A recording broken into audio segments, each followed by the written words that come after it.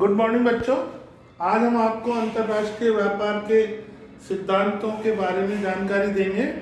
अंतर्राष्ट्रीय व्यापार के कौन कौन से सिद्धांत हैं। सबसे पहले अंतर्राष्ट्रीय व्यापार का सिद्धांत जो दिया गया है वो एडम स्मिथ के द्वारा दिया गया the theory of absolute difference in cost, तुलनात्मक लागतों में निरपेक्ष अंतर का सिद्धांत। दूसरा सिद्धांत दिया गया है वो है डेविड रिकार्डो के द्वारा तुलनात्मक लागतों का सिद्धांत। ये भी वही तुलनात्मक कंपैरेटिव कॉस्ट का सिद्धांत डेविड रिकार्डो के द्वारा थोड़ा सा रिफॉर्म करके दिया गया है। इसके पश्चात J.S. मिल, जॉन स्टुअर्ट मिल के द्वारा comparative cost, advantage and reciprocal demand का सिद्धांत दिया गया है। अब इस सिद्धांतों में सबसे बड़ी बात यह है कि इसमें किस प्रकार से या किस आधार पर इन सिद्धांतों को बनाया गया है या निर्माण हुआ है या ये सिद्धांत किस प्रकार से डेवलप हुए हैं। इन सब के लिए सबसे पहले हमको आपको एक विशेष बात जो बतानी है, जो जिस पर ये सिद्धांत आधारित है वो है एक तो विशिष्टीकरण, स्पेशलाइजेशन। स्पेशलाइजेशन यानी कि विशिष्टीकरण। विशिष्टीकरण का अर्थ ये होता है कि किसी भी वस्तु को बनाने में किसी भी व्यक्ति के द्वारा स्पेशलाइजेशन किया जाता है, यानी कि किसी व्यक्ति को स्पेशलाइजेशन एराइज हो जाता है, यानी कि किसी वस्तु को बनाने में वो स्पेशल अपना एक विशेष योग्यता के साथ उसको बनाता है। यानी कि हम देखें कि एक दर्जी टेलर, यानी कि टेलर का काम क्या होता है, कपड़ों को सिलना, और वो जो कपड़ों को बार बार सीता है और एक ही टेलर कई तरीके से कपड़ों को सीता है तो उसको उसमें महारत हासिल हो जाती है, यानी कि उसको स्पेशलाइजेशन उसके पास हो जाता है।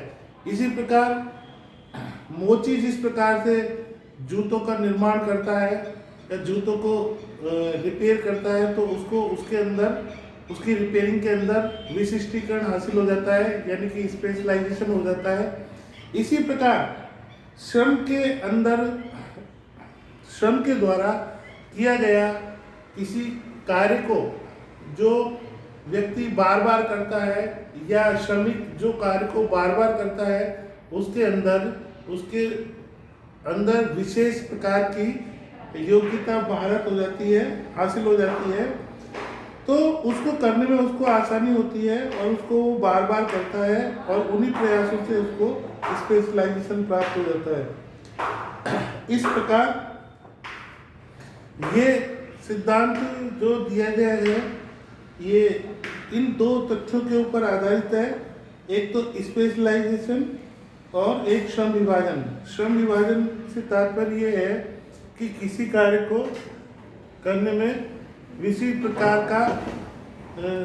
विशिष्ट प्रकार से उसको जो है श्रम को बांट दिया जाए, यानी कि अगर हम श्रम का विभाजन कर देंगे तो श्रम का विभाजन करने के पश्चात उस व्यक्ति को काम करने में आसानी होगी, यानी कि एक कार्य उसको कई लोग मिलकर के एक साथ करेंगे तो काम करने में कठिनाई होगी, परंतु उसी काम को हम बांट दें, अलग अलग लोगों के बीच में बांट दें और बांट करके वो लोग काम करें तो उसके अंदर अलग से उनके अंदर विशेषता हासिल होगी, यानी कि उनके अंदर विशेष योग्यता हासिल होगी। तो सबसे पहले हम श्रम विभाजन करते हैं, जो कि एडम स्मिथ का सिद्धांत डिवीजन ऑफ लेबर यानी श्रम का विभाजन देखेंगे कि हम श्रम विभाजन। दूसरा है विशिष्टीकरण।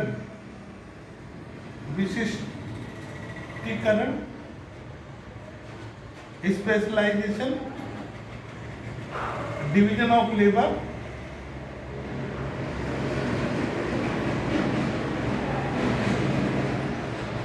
डिवीजन ऑफ लेबर और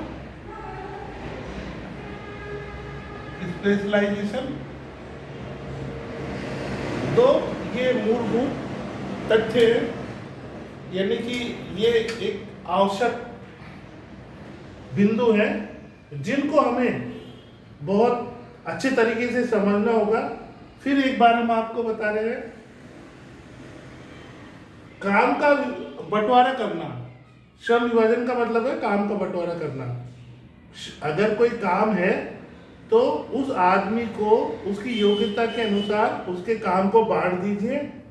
जब उसके काम को बांट देंगे तो हमें फायदा ये होगा कि जो व्यक्ति जिस काम में निपुण होगा, यानी कि जिसको जो काम करना अच्छा लगेगा, जो उसके पसंद का होगा, तो वो उसके पसंद के कार्य को करेगा।